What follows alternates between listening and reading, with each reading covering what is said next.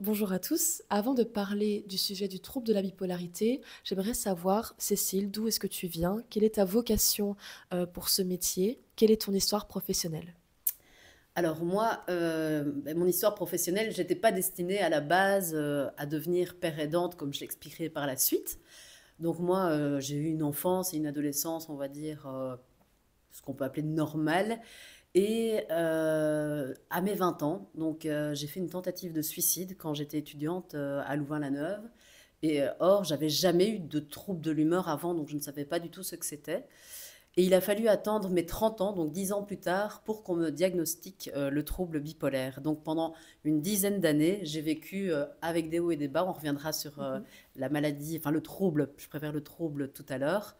Et donc voilà, cette alternance de haut et de bas a jalonné un petit peu tout mon parcours de jeune adulte. Mhm.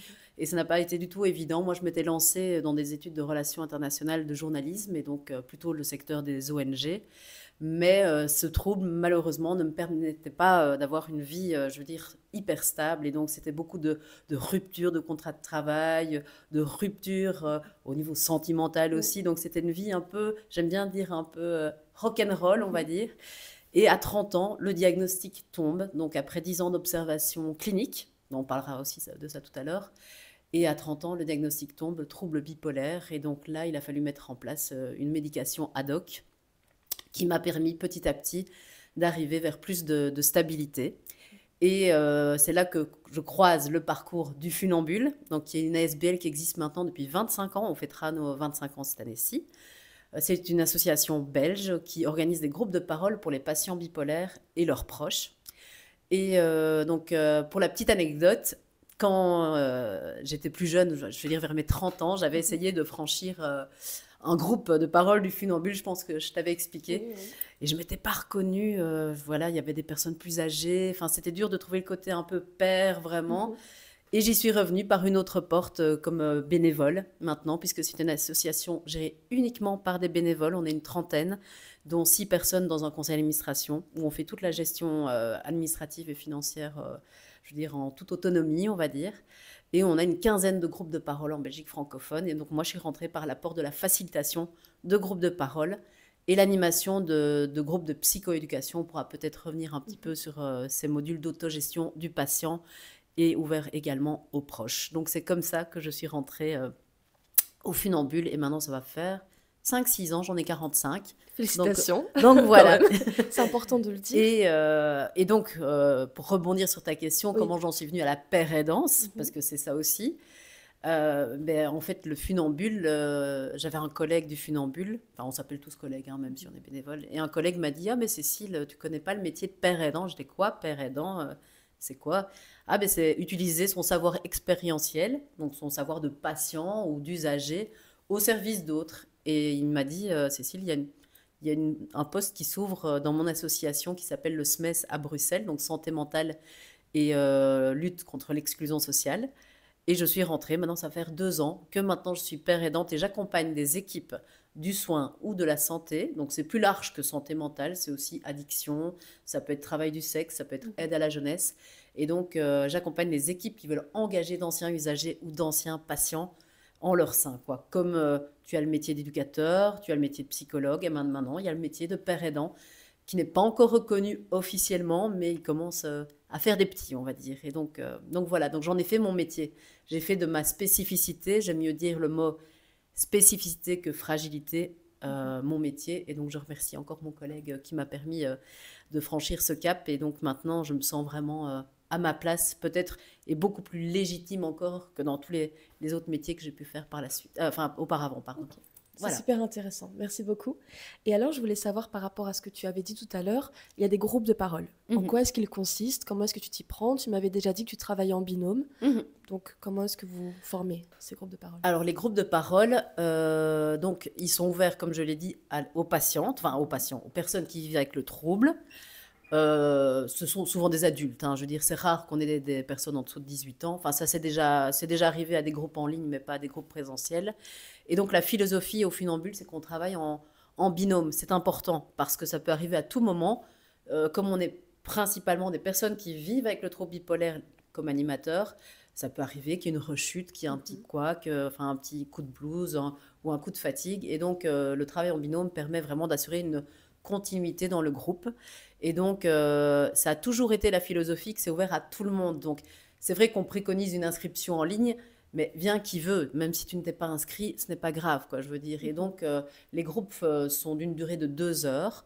On a une charte, donc c'est important quand même de placer les balises Oui. en début de groupe. Donc, je pense que tu avais pris connaissance de la charte et c'est important que les gens se sentent bien.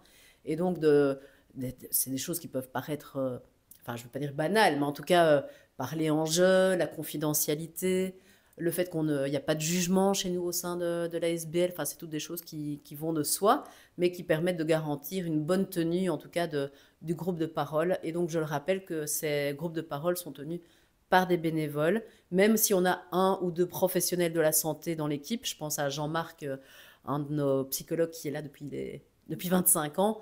Il est bénévole au même titre que les autres, quoi. Je veux dire, c'est vraiment le principe d'horizontalité, voilà, qui prévaut. Et voilà, donc tout simplement. Et ça brasse. Il y a des groupes où il y a 2, 3 personnes, comme certains groupes qui sont plus anciens, comme Namur. Il y a 15 personnes des fois au groupe de parole. Avec certains, c'est des habitués qui reviennent, et d'autres, on a des nouvelles têtes tout le temps. Enfin, Oui. donc voilà. Ok. Est-ce que tu as déjà reçu des retours, enfin, est-ce que vous avez déjà reçu des retours, que ce soit positifs ou négatifs, en tout cas des retours de la part de ces personnes qui participent au groupe de parole? Alors, les retours, on les fait systématiquement à la fin de chaque groupe de parole. Donc, au début, on commence toujours par, allez, chacun dit un peu d'où il vient, son prénom et comment il se sent. Nous, on prend souvent la météo intérieure, comme on dit au début, et on prend la météo intérieure à la fin du groupe. Et là, c'est le moment où ils peuvent déposer et dire, voilà, mais moi, ça m'a... On sent souvent des épaules allez, qui sont un peu, qui s'abaissent, quoi, je veux dire, ou des personnes qui étaient arrivées vraiment...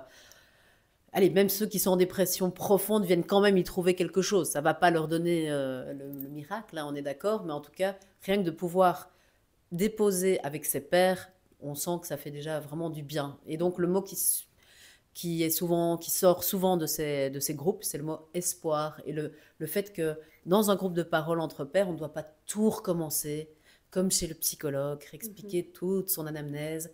Ici, on se comprend, il y a quelque chose de l'ordre de l'infini subtil comme ça, qui fait qu'on ne doit pas tout raconter et que ça fait du bien de se retrouver entre nous, quel que soit son parcours, son milieu socio-économique, allez, ses croyances, enfin je veux dire, tout ça, ça n'a pas d'importance. Ce qui nous lie, c'est vraiment d'aller vers un vivre mieux, voilà, d'essayer de donner cette petite lueur d'espoir, voilà, tout simplement.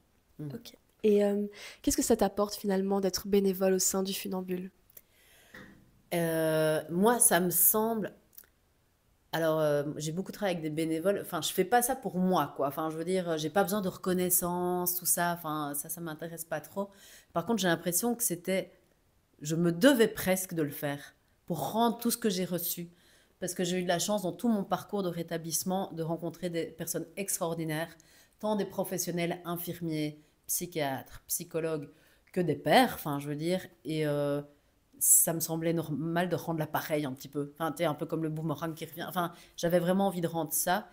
Et je me dis, j'ai un collègue qui dit toujours, si on m'avait si on avait mis sur ma route un père aidant, j'aurais peut-être gagné un peu du temps dans mon processus de rétablissement. Donc, si je peux faire gagner un tout petit peu de temps à tous ceux qui se posent les mêmes questions par lesquelles je suis passée, les mêmes écueils, enfin les mêmes, eh ben, tant mieux, quoi, je veux dire. Donc, moi, c'est plus pour ça que je le fais.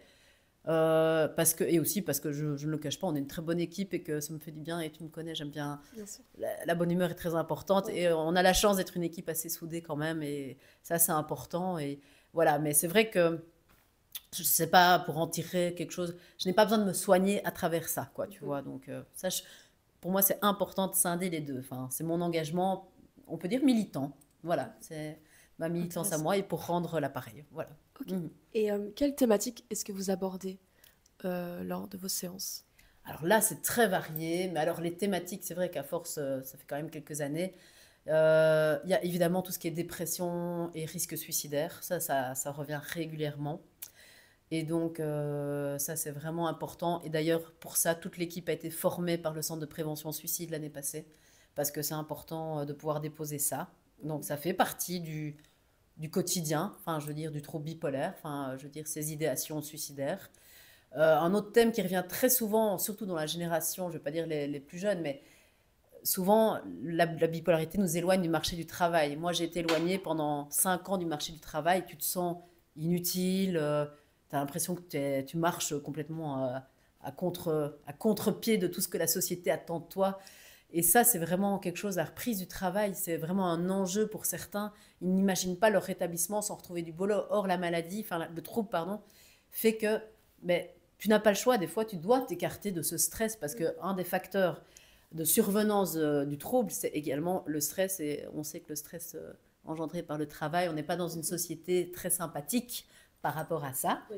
Et donc voilà, ça c'est vraiment quelque chose qui revient régulièrement. Et l'entourage, ça aussi. Comment est perçu le trouble par mon entourage? Comment le dire à mon employeur ou ne pas le dire? Est-ce que je dois le dire à ma famille? Enfin, toutes les relations avec l'entourage, ça c'est quelque chose qui revient régulièrement dans les... Ok. Voilà, donc ça c'est un peu, je te sors un peu les thèmes qui sortent assez souvent des groupes, quoi. Ok. Et maintenant, si derrière cette caméra se trouvait une personne qui s'intéressait aux funambules et au groupe de parole dont on parle depuis tantôt, quel message est-ce que tu voudrais lui faire passer? Alors moi je dirais qu'il ne faut pas hésiter à passer la porte, pas comme je l'avais fait à l'époque, hein, mais il ne faut pas hésiter à passer la porte d'un groupe de parole parce que c'est vraiment un espace de non-jugement et où on est comme on arrive avec qui on est, il n'y a pas d'attente, il n'y a pas... Et si on a envie de ne pas parler, on peut tout à fait ne pas parler. C'est la même chose pour les groupes en ligne. Moi, j'ai des fois des personnes dans les groupes en ligne qui ne parlent pas, qui disent bah, Cécile, moi j'ai juste envie de venir écouter ce qui se dit. Et voilà, et la personne est là, et même si elle veut se cacher à la rigueur derrière son petit avatar, là, enfin, je veux dire, il n'y a pas de problème, mais je trouve que ça peut vraiment, on s'échange plein de tuyaux, de ficelles, ça peut être... bon, on a comme principe de ne pas échanger des noms de thérapeutes, par exemple, parce que ça, c'est normal, mais par contre, on peut parler de psychoéducation, parler de tous les choses qui nous font du bien pour dépasser une phase que ce soit dépressive ou maniaque ou hypomaniaque. On se donne des tuyaux, oui, donc et ça, rien que ça vaut la peine. Et puis, ça n'engendre pas grand-chose puisque c'est gratuit. Donc voilà, enfin je veux dire, au pire, on ne revient pas, mais voilà, je trouve que ça vaut vraiment le coup. Et souvent, les gens, ils sont vraiment ravis et ils reviennent. La preuve, c'est la fidélité des gens qui reviennent régulièrement. Ok. Eh bien, merci pour cette première partie, Cécile, et merci à vous de nous avoir suivis, et à très vite.